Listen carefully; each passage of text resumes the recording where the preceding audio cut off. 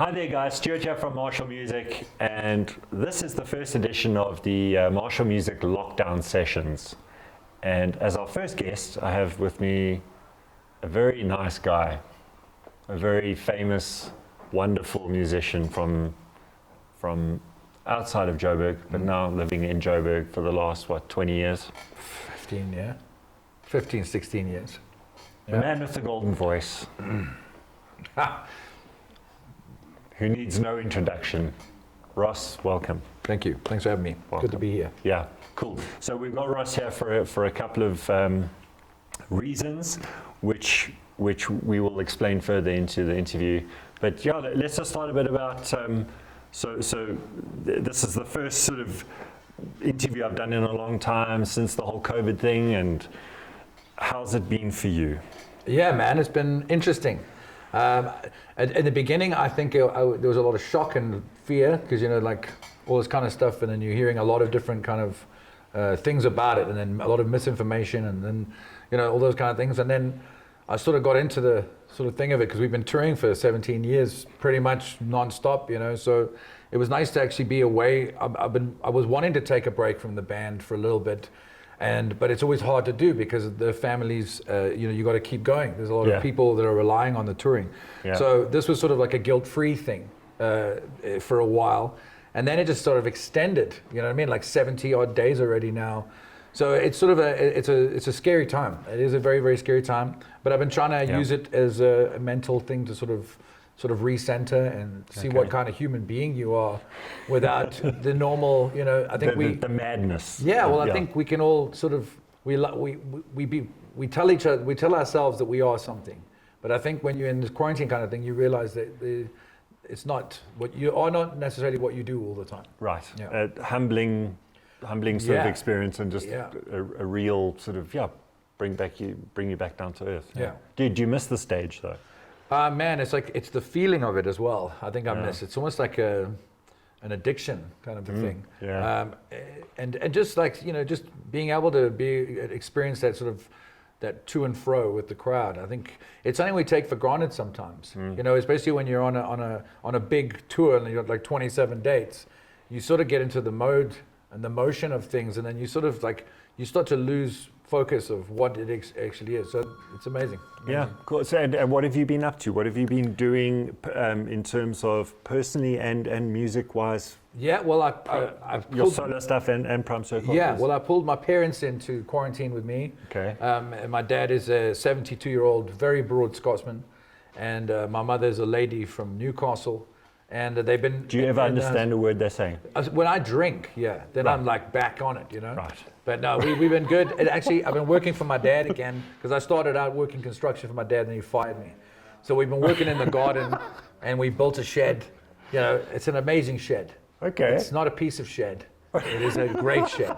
So we built a shed together, but it's getting close to family because I've just been away so much that I've sort of lost touch of it. So nice to be back and to be shouted at in that Scottish draw. You're bastard. Big boy. Yeah. So nice to be back to that, and just cooking for family and being that kind of thing. And I've been trying to. I've had a piano for years, and I could only play this one. I called it like it's quite crude.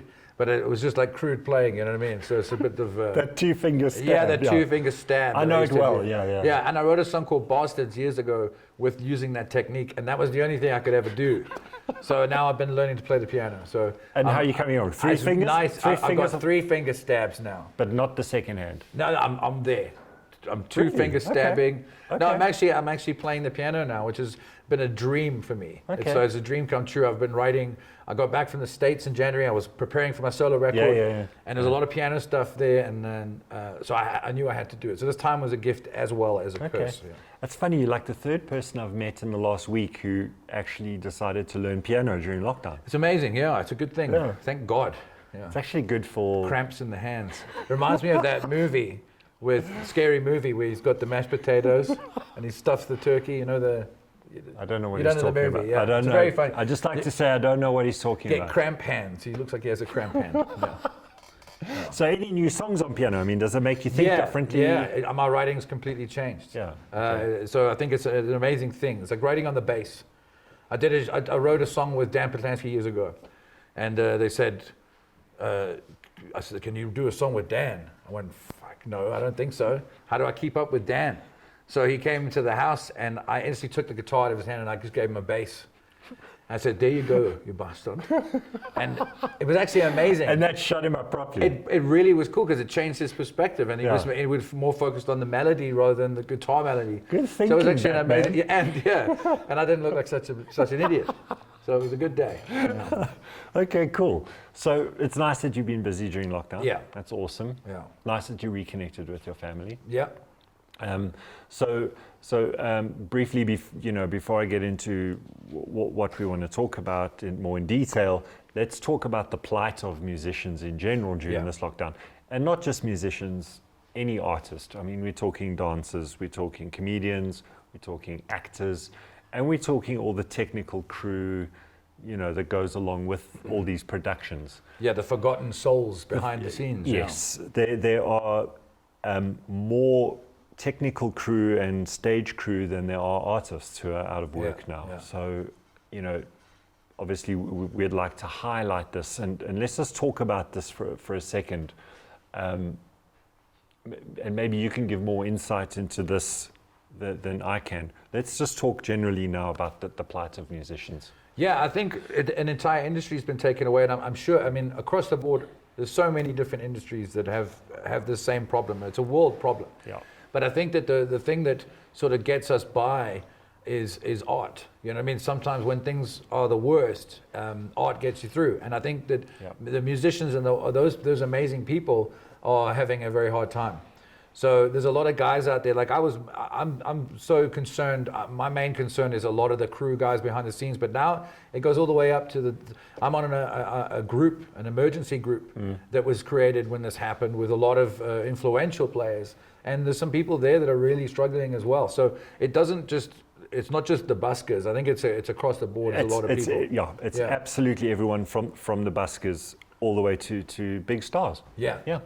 I mean, as wealthy as the huge stars are, they also have massive overheads for all their staff, to pay their staff and to keep up their lifestyles. I mean, it's across the board. It's everyone. Yeah, it is. And I think sometimes a lot of the guys, they live from sort of hand to mouth. You know what I mean? It's a kind of thing, and a lot of savings. It's a very, very tricky thing. So. That's the problem with the music business. The reality is that most 95% of musicians, actors, dancers don't have savings. Yeah. So this ties in with the whole Marshall Music lockdown sessions, which will be, it's live on our website. You can go click on the page on the marshallmusic.co.za website, and you'll see all the information there of what you guys can do to help South African musicians. It's going to be a great initiative. We're really excited about it. And in conjunction with the lockdown sessions, hopefully in a couple of weeks or a week or so, we're going to have a huge announcement that will just take it to another level. So it's really cool. We're holding thumbs, yeah.